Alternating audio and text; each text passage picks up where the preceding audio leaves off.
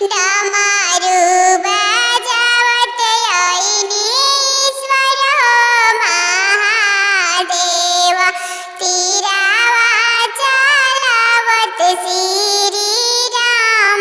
तीरावा चालवत श्रीराम कोठा ऊपर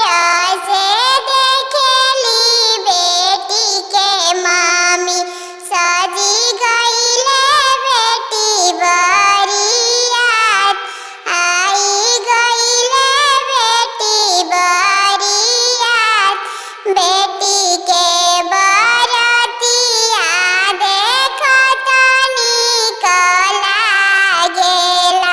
दुई चार